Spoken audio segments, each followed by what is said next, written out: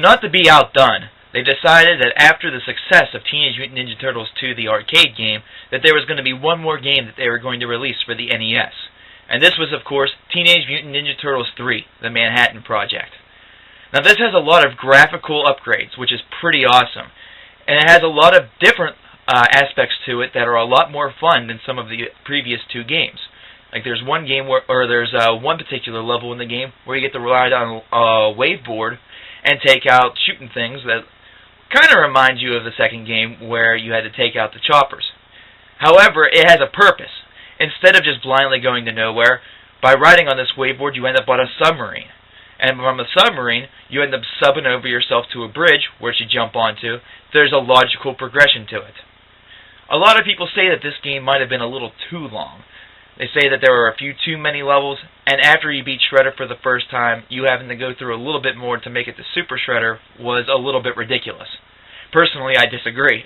I think that the addition of Razor and Tokka, using the characters from the movie that a lot of people recognize, in fact, most people, surprisingly enough, even though Teenage Mutant Ninja Turtles 1 was dark, it was sinister, and was probably the best Turtles movie ever made, a lot of people would say that the second one actually is the best movie ever made.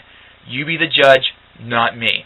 Personally, I like 2 better than 1, even though 1 is some... Actually, I might have just refuted myself. I might only be biased because Teenage Mutant Ninja Turtles 2 was the only one that I was willing to buy for the VHS at the time, and 3, fuck that movie, fuck it in its stupid ass. It should have been more like the video game, because the video game is a lot of fun. The video game actually gives you special moves. The moves do take off some of your energy, but whenever you get down to 1 bar of health, you can use those moves as much as you want, as long as you don't die. This is a definite advantage, and definitely an upgrade from the previous games. This is what a Turtles game for the NES definitely should have entailed. Sure, you still had a couple of different things that you had to worry about, such as the marketing, and a couple of the bosses were a little bit hard to defeat. And a couple of the settings even seemed a little bit out of place, maybe. But you know what? Everything, the ends justified the means, and everything really had a flow to it. I mean, in the sewer level, who knew that you were going to face Leatherface? I kind of had an idea simply because, hey, I'd watched the series before, but it was just a lot of fun whenever you finally got there, and bam, there he was in all of his glory.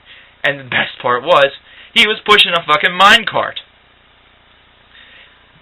Now here's the title box from Ninja Turtles 3.